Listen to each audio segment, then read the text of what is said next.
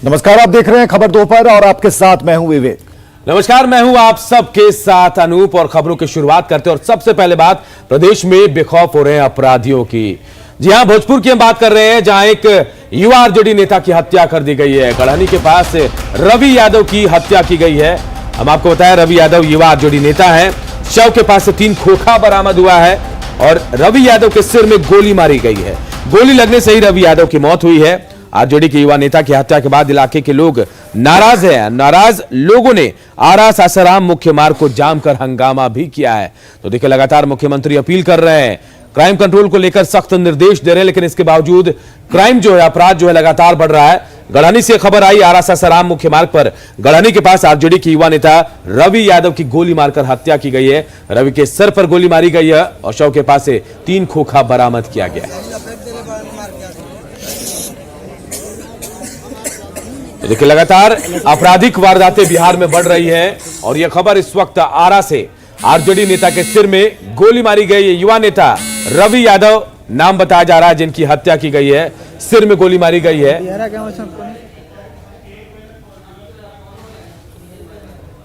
और अभिनव हमारे सहयोगी फोन लाइन पर सीधे हमारे साथ जुड़ गए हैं। अभिनव, क्या कुछ जानकारी है? रवि यादव की गोली मारकर हत्या कर दी गई है, पुलिस क्या कह रही है? बिल्कुल बिल्कुल, कल ये रवि यादव जो राजद के युवा नेता है, गढ़हनी के काफी सामाजिक कार्यकर्ता में से एक थे, जो कल एक अपने ही सहयोगी के दादी के साथ श्राद्धक्रम में गए थे। उसके बाद लौटने के बाद उनके घर पे बात भी हुई थी। उसके बाद अचानक इनके फोन नहीं लगा, उनसे बात नहीं हो पाई। तो काफी परिजन रात में सुबह में काफी खोजबीन की गई, पर वहाँ के ग्रामीणों द्वारा एक गढ़हनी के रामडिहरा गाँव के पास चातर में उनका शव बाइक के साथ बरामद किया गया। उनके चेहरे पे चाकू का दाग था, उनके सिर में गोली लगी थी। मौके से 3 खोखा बरामद हुआ है। अभी आक्रोशित जो वहाँ के परिजन हैं और ग्रामीण हैं, सड़क जाम कर दिया और काफी हंगामा कर रहे हैं और अपराधियों की गिरफ्तारी की मांग भी की जा रही है। वहाँ पे अभिनव, परिवार वाले क्या किसी पर आरोप लगा रहे हैं, अंदेशा जता रहे हैं, शक जाहिर कर रहे हैं? बिल्कुल, अभी घटना का कारण स्पष्ट नहीं पाया, पर उन्होंने कहा कि ये कहीं सोची समझी साजिश थी। कल वो श्राद्धक्रम के लौटने के बाद उनसे परिवार वाले से बात हुई, फिर अचानक बात नहीं हो पाई। काफी खोजबीन किया गया, जिसके बाद वो रामडिहरा गांव के पास उनका शव बरामद हुआ। आरोप लगा रहे हैं कि उनकी कहीं सोची समझी, क्योंकि ये काफी समाज में काम करते थे, सामाजिक कार्यकर्ता थे। उनको लेकर काफी कहीं किसी अभी तक FIR दर्ज नहीं हुआ है। अभी रोड सड़क जाम है। मौके पर SDPO पहुंचे हुए हैं पंकज राउत, और पूरे मामले की छानबीन की जा रही है। जी, तो देखिए, ये बड़ी खबर हम आपको बता रहे हैं। भोजपुर जिले में अपराधी बेखौफ हो गए हैं। अपराधियों पर लगाम नहीं लगाई जा रही है और अपराधियों ने एक युवा आरजेडी नेता रवि यादव की गोली मारकर हत्या कर दी है। और चलिए, अगली खबर भी है सुपौल से, जहां के त्रिवेणीगंज में एक बड़ा हादसा हुआ है। हादसा इस बात को लेकर कि 13 साल के बच्चे की मौत हो गई है। बताया जा रहा है कि कुछ लोग जो हैं उसकी आंख में उन्होंने चाकू मार दी और मासूम की आंख में चाकू मारा गया। हालांकि जो परिजन है उनका साफ तौर पर कहना है कि पहले युवक का अपहरण किया गया और उसके बाद उसकी हत्या की गई है।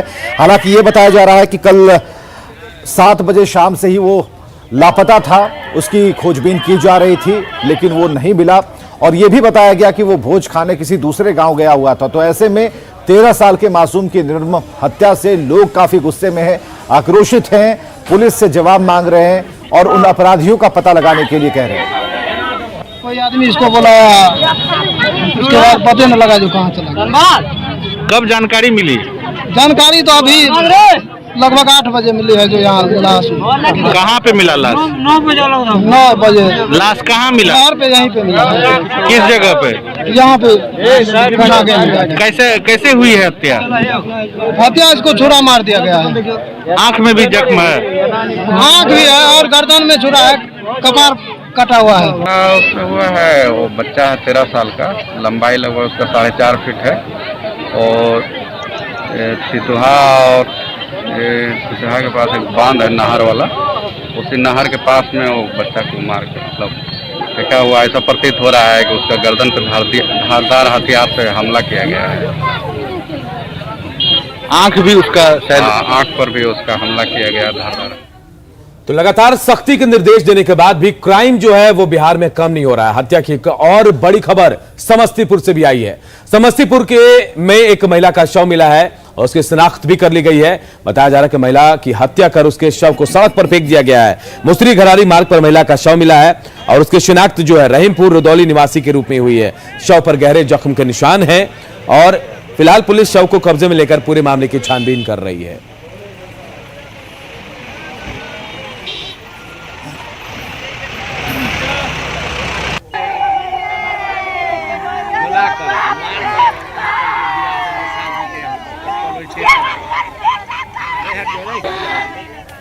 चलिए कटिहार की बात करते हैं, जहां 5 अफगानी नागरिकों को पकड़ा तो गया, लेकिन छठा कहां है इसका पता लगाया जा रहा है। खासकर जो मुनाजिर नाम का जो व्यक्ति है, जो टीवी की एक छोटी सी दुकान चलाता था, रिपेयरिंग की एक दुकान चलाता था, उसका कुछ पता नहीं है, जिसने इन सभी लोगों को पनाह दे रखी थी। तो मुनाजिर हुसैन ने पनाह दी, लेकिन उसका रुतबा क्या था, कैसे रहता था, क्योंकि बताया जा रहा है कि छोटी सी टीवी की दुकान थी उसकी, लेकिन सामाजिक रुतबा कटिहार के मुनाजिर महल के सामने से जानकारी दे रहे हैं हमारे सहयोगी सुब्रत।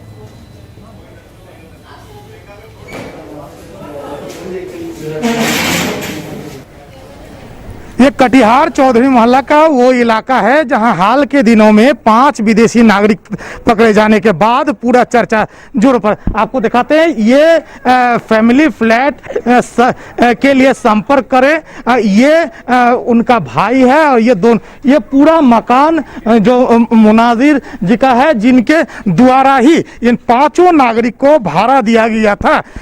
हालांकि फिलहाल पुलिस के माने तो इस घटना के बाद से वो फरार है और पुलिस और इंटेलिजेंस की टीम लगातार उनके साथ साथ एक और विदेशी नागरिक जो फरार बताए जा रहे हैं उनको दबोचने के लिए छापेमारी कर रहे हैं, और हो सकता है कि उनको सामने आने के बाद और कई विषय पर जो पर्दा बना हुआ है वो पर्दा उठेगा। फिलहाल उनके द्वारा भाड़ा लगातार उनके दिया जाता था, ये उनके बजाता उसका इश्तिहार भी छपा हुआ है। ये वो मकान है, ये उनका निजी मकान है जहां सभी भाइयों के साथ मुनाजिर जी रहते थे। फिलहाल घटना के बाद से अब तक वो फरार है और पुलिस लगातार छापेमारी कर रहा है। इसे लेकर अब आगे जो भी अपडेट आएगा फिर आप तक पहुंचाते रहेंगे। सुब्रत, न्यूज़ 18 कटिहार।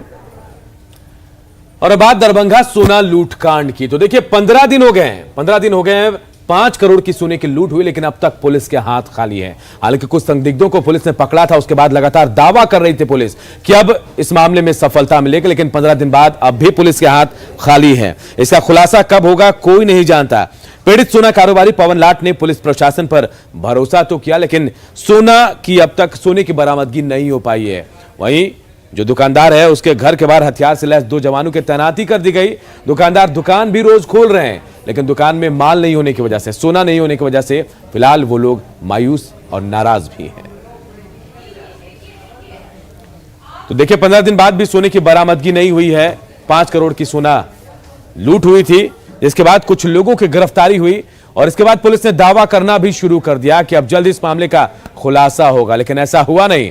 15 दिन बीत गए हैं, अब तक तो ना सोने की बरामदगी हुई, ना इस पूरे मामले का खुलासा हुआ है। हालांकि पुलिस ने सुरक्षा और एहतियात की दृष्टि से 2 सुरक्षा कर्मियों की तैनाती कर दी है। स्वर्ण व्यवसायी जिसकी लूट हुई थी उसके दुकान के बाहर, दुकान भी रोज खोला जा रहा है, लेकिन इसके बावजूद दुकान में कोई सामान नहीं है, दुकान चल नहीं रही है और लोग नाराज हैं। 14 दिन हो गए, इसलिए कि हम कल गए थे, सीनियर आईजी साहब से भी भेंट किए, एसएसपी साहब से, सिटी एसपी साहब से भी मुलाकात किए। उन्होंने कहा कि पुलिस हमारा सारा डिपार्टमेंट अभी आप ही के केस में लगा हुआ है, कोई दूसरा केस नहीं है और बहुत हद तक हम लोग नज़दीक हैं।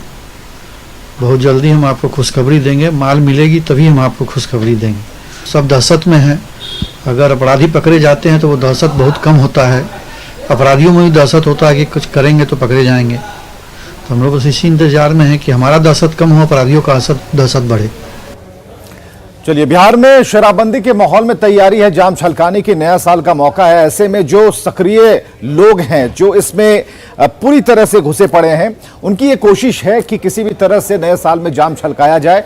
दानापुर में सबसे पहले छापेमारी की गई, हालांकि हम कह रहे हैं कि पुलिस ने अपनी तरफ से सख्ती जरूर दिखाई है और उसके बाद अलग अलग इलाकों में पुलिस की छापेमारी जारी है। 2 तस्वीरें दिखा रहे हैं। दानापुर में 127 कार्टन शराब जब्ती की गई और 24 घंटे में 1 करोड़ की शराब जब्त की गई। दूसरी तस्वीर जो है हम आपको दिखा रहे हैं, जहां तहखाने में शराब रखी गई थी। गोपालगंज से यह तस्वीर है और दोनों ही बड़ी खेप जब्त की गई है शराब की। तो नए साल की कुछ तैयारी ऐसी थी, लेकिन पुलिस की चुस्ती से इस पर ब्रेक लग गई।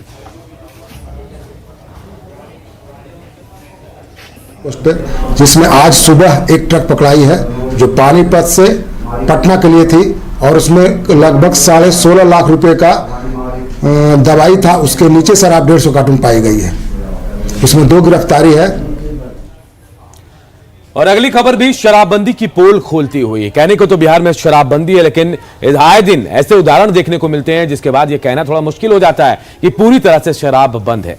गोपालगंज से खबर आई है, जहां शराब पीने को लेकर जब मना किया गया लोगों को, तो कुछ लोगों ने घर में घुसकर मां बेटी की चाकू से उन पर हमला कर दिया। इसमें घायल युवती ने सदर अस्पताल में इलाज के दौरान दम तोड़ दिया है।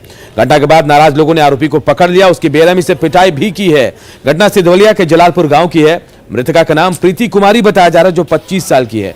परिजनों के मुताबिक 5 दिन पहले घर के पास कुछ लोग शराब पी रहे थे, जिसे लेकर मृतका ने आपत्ति जताई थी और शराब पीने से उन्हें मना किया। उस वक्त तो वो लोग चले गए, लेकिन कल देर शाम उनमें से एक शख्स, जिसका नाम अनिल कुमार बताया जा रहा है, वो चाकू लेकर घर में घुस आया और मां बेटी पर चाकू से उसने हमला कर दिया है।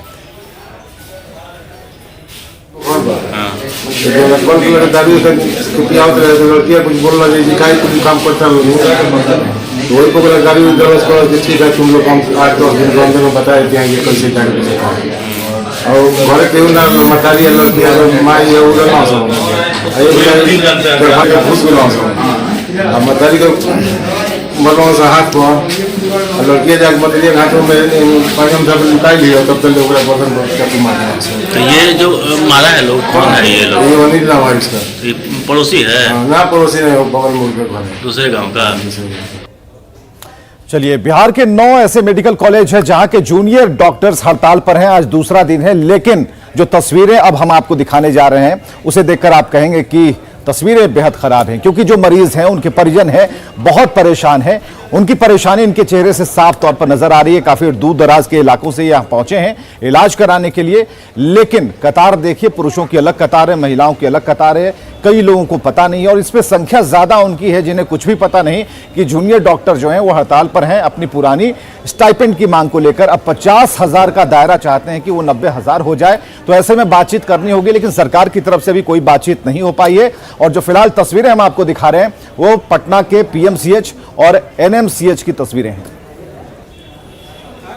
बिहार के सभी 9 मेडिकल कॉलेजों में जूनियर डॉक्टर दूसरे दिन भी हड़ताल पर हैं और हड़ताल का असर मेडिकल कॉलेज में साफ तौर पर देखने को मिल रहा है। इस वक्त हम बिहार के सबसे बड़े अस्पताल पीएमसीएच में हैं, जहां की तस्वीर आपको दिखा पा रहे हैं कि देखिए, बड़ी संख्या में हड़ताल के बावजूद जो मरीज हैं अस्पताल में पहुंच रहे हैं और सीनियर डॉक्टर किसी तरह मोर्चा संभाले हुए हैं, लेकिन जो मरीजों की संख्या है उस अनुपात से डॉक्टर की संख्या कम है। नतीजा जो कतार है वो आगे नहीं बढ़ पा रहा है। बड़ी संख्या में महिलाएं भी हैं, बुजुर्ग भी हैं, हर कोई देखिए हाथों में पर्चा लिए, यानी रजिस्ट्रेशन भी चल रहा है।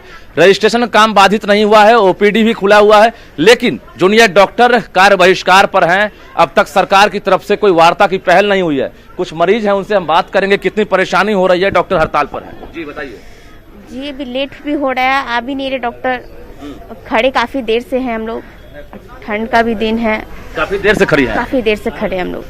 ये क्या कितना सही लग रहा है आपको? कुछ भी होता है डॉक्टर हड़ताल पर चले जाता है। हड़ताल पे तो नहीं होना चाहिए, क्योंकि मरीज का उतना ही भीड़ चल रहा है। अभी कोरोना पेशेंट भी सही है, तो इस समय तो अभी हड़ताल डॉक्टर को होना ही नहीं चाहिए। कुछ और है, उनसे बात करते हैं। कितनी देर में वहाँ पहुँचे? करीब 45 मिनट लगा वहाँ हम डॉक्टर के पास जाने में, पहुँचने में और उन्हें दिखलाने में। और चूंकि उनको सपोर्टिंग स्टाफ ना होने की वजह, सपोर्टिंग डॉक्टर जूनियर डॉक्टर के हड़ताल पर होने की वजह से बहुत ज़्यादा समय उन्हें भी लग रहा है और मरीजों की भीड़ बहुत ज़्यादा है।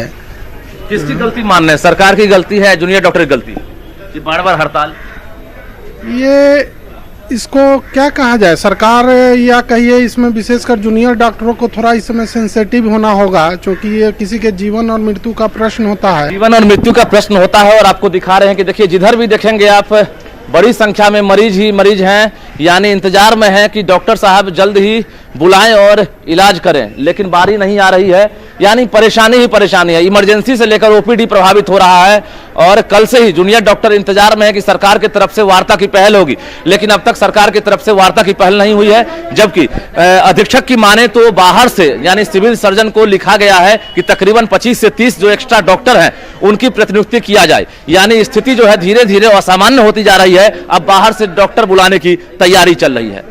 कैमरामैन मनीष जुनिया के साथ रजनीश कुमार, न्यूज़ 18 पटना। और देखिए सिर्फ पटना ही नहीं, सीतामढ़ी में भी स्वास्थ्य व्यवस्था बदहाल है। जी हां, सीतामढ़ी की हम तस्वीर आपको दिखाते हैं, जहां रेफरल अस्पताल जो है 10 साल पहले बनना शुरू हुआ, लेकिन निर्माण कार्य जो है काफी पहले से बंद पड़ा है। अगर ये आज काम कर रहा होता तो यहां के लोगों को बाहर इलाज कराने जाने की मजबूरी नहीं होती। इस अस्पताल के निर्माण को लेकर ना तो सरकार गंभीर है और ना ही स्थानीय प्रशासन। आधे अधूरे इस अस्पताल का जायजा लिया हमारे सहयोगी राकेश रंजन ने। सीतामढ़ी जिले में स्वास्थ्य सुविधाओं का काफी बुरा हाल है।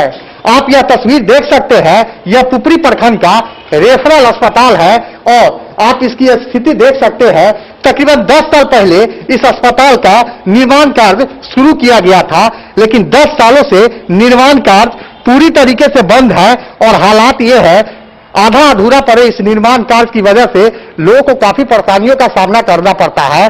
स्थानीय जो लोग हैं उनको बेहतर स्वास्थ्य सुविधा का लाभ नहीं मिल रहा है और जो यह रेफरल अस्पताल है आधा अधूरा छोड़ दिया गया है और यहाँ के जो लोग हैं उनको अपने इलाज कराने के लिए दूसरे जगहों पर जाना पड़ता है।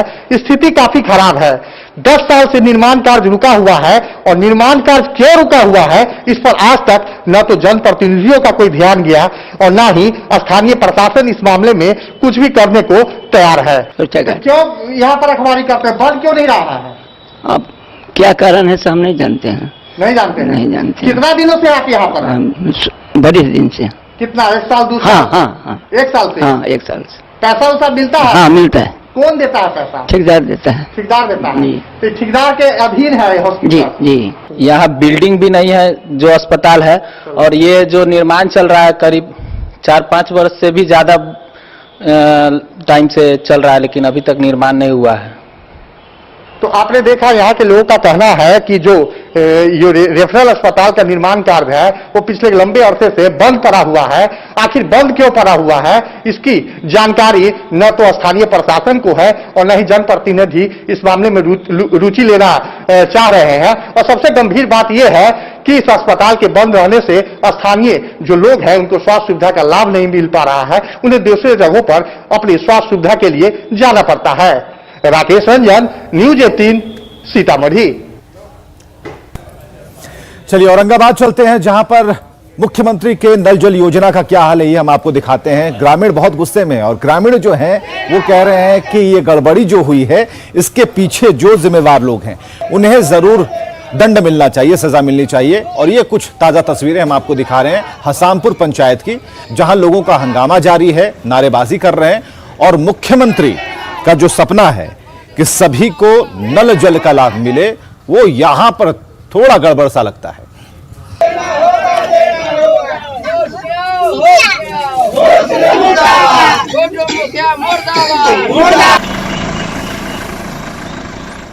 ऐसे गाड़ गाड़ के और ऐसे लगा करके अभी कुछ नहीं किया है। जने तने नली तली ऐसे अठे कर दिया और पाइप कहीं चाहे अब रूट बनाए हुए है और मैंने पानी देने के लिए हम 2 बार 4 बार उनसे संपर्क भी किया, लेकिन वो आज बिहान कल करते करते इस समय को हम लोग को टार रहे हैं। शिकायत तो हम लोग यहाँ से जिला तक की राज्य तक पहुँचा दिए हैं। इसके लिए दस्तावेज भी मेरा है यहाँ पर, यह कि भेजे हैं यहाँ तक कि अब जा जाएगा, मगर अभी तक कोई शुरुआत यहाँ नहीं है, कुछ नहीं है।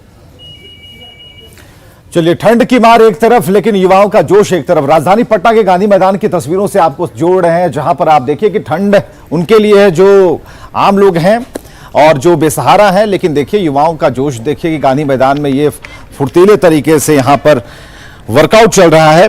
युवाओं के जोश का जायजा लिया है हमारे सहयोगी रजनीश कुमार ने। बिहार में लगातार कड़ाके की ठंड पड़ रही है, ऐसे में लोग घरों में दुबके हुए हैं, लेकिन गांधी मैदान गुलजार नजर आ रहा है। देख सकते हैं कि चारों तरफ जो युवा है वो गांधी मैदान में मौजूद हैं, यानी कोई क्रिकेट की प्रैक्टिस कर रहे हैं, तो कोई बैडमिंटन की प्रैक्टिस कर रहे हैं, तो कोई डिफेंस की तैयारी में देख सकते हैं लगे हुए हैं। कुछ छात्राएं हैं यहाँ पर, उनकी तस्वीर आपको दिखा पा रहे हैं कि देखिए ठंड की परवाह किए बगैर रोज यहाँ पर आती है ये छात्राएं और डिफेंस की तैयारी में जुटी हुई है और फिजिकल जो तैयारी है वो यहाँ पर करती हुई नजर आ रही है। हम छात्राओं से बात करेंगे, अलग अलग कॉलेज की यहाँ पर छात्राएं हैं और भीषण ठंड है, यानी शीतलहर का प्रकोप जारी है। न्यूनतम तापमान लगातार गिर रहा है, लेकिन छात्राएं रोज आती हैं यहाँ गांधी मैदान में। हम बात करते हैं, ये बताइए कि आप लोग ठंड है, कैसे यहाँ पर तैयारी करने के लिए पहुंचे? सुबह सुबह 5:30-6 बजे यहाँ आ जाते हैं हम लोग और 2 घंटे काफ़ी सारा फिजिकल रहता है, रनिंग, एक्सरसाइजेज। ठंड तो रहती है पर जॉब करने की अलग है, इसलिए अपने देश के लिए तैयारी चल रही है। हमारा SI का चल रहा है, SI फिजिकल का चल रहा है, तो इसलिए सुबह सुबह आके अपने और अपने देश में जाना। हाँ जी। कितने घंटे प्रैक्टिस करते हैं? 3 घंटे तो आराम से हो जाता है। किस चीज़ की आप तैयारी कर रहे हैं? हम डिफेंस का तैयारी करते हैं, फोर्स लाइन में जाना है। अभी तो फिलहाल मतलब बिहार पुलिस का दे रहे हैं और आगे आर्मी का देना है। बीच में कोरोना काल था, उस दौरान आपकी प्रैक्टिस पर रोक लग गई होगी। अब ठंड है तो कितना प्रभावित हो रहा है? प्रभावित तो कुछ ज़्यादा हो गया, लेकिन फिर भी हम लोग बिना ठंड का परवाह किए आकर और 5 बजे से अपना वर्कआउट करते हैं, 10-11 बजे जाते हैं घर पे, फिर शाम को 3 बजे से आते हैं, 8-9 बजे तक जाते हैं। तो ठंड नहीं लगती है सुबह में जब निकलते हैं? तो सबको लगती है, लेकिन जुनून तो ऐसा होता है कि सब कुछ भगा देता है। कर गुजरने की तमन्ना। जी जी जी, सपना साकार होना चाहिए। जी, कुछ भी हो जाए बस अपना मंजिल दिखता है। कितने घंटे प्रैक्टिस करती है? हम लोग 3-4 घंटे प्रैक्टिस कर लेते हैं। 5:30 बजे आते हैं, 10-11 बजे तक चले जाते हैं, फिर वही शाम को 3 बजे आते हैं, 8 बजे यहाँ से निकल जाते हैं। कितने साल से प्रैक्टिस कर रही है? प्रैक्टिस हम लोग 2 साल से कर रहे हैं। 2 साल से कर रही है। हाँ। उम्मीद लग रही है कि वैकेंसी निकलेगी? हाँ, उम्मीद लग रही है, निकल भी रही है वैकेंसी, उसी का तैयारी हो रहा है हम लोग का। ठंड की परवाह नहीं? नहीं, ठंड का परवाह नहीं है। बिल्कुल, कुछ और छात्राएं उनसे ही बात कर लेते हैं। आप लोग ये बताइए कि जिस तरह से गांधी मैदान में भीड़ देखने को मिल रहा है, कोई क्रिकेट खेल रहा है, कोई बैडमिंटन खेल रहा है, आप लोग अपनी तैयारी में जुटे? जी, हमारी तैयारी तो जरूरी है ना, क्योंकि कुछ दिन के बाद हम लोग को टाइम ज़्यादा मिलेगा नहीं। अगर मेंस का रिजल्ट आ जाएगा तो 1 महीने की टाइम मिलेगा और उसमें हम लोग लड़कियां तो ज़्यादा कर नहीं पाते हैं पहले, तो इस वजह से हम लोग और ज़्यादा हार्ड वर्क करना पड़ेगा। तो वही अभी स्टार्ट कर दिए हैं। सुबह में हम लोग 5 बजे से पहले उठ जाते हैं। चाहे वो लड़कियां हो या फिर लड़के हो, हर कोई अपने कैरियर को लेकर ठंड की परवाह किए बगैर गांधी मैदान में प्रैक्टिस करते हुए नजर आ रहे हैं। कैमरामैन मनीष उनिया के साथ रजनीश कुमार, न्यूज़ 18 पटना। और चलिए, खबरें लगातार जारी हैं, आप बने रहिए हमारे साथ।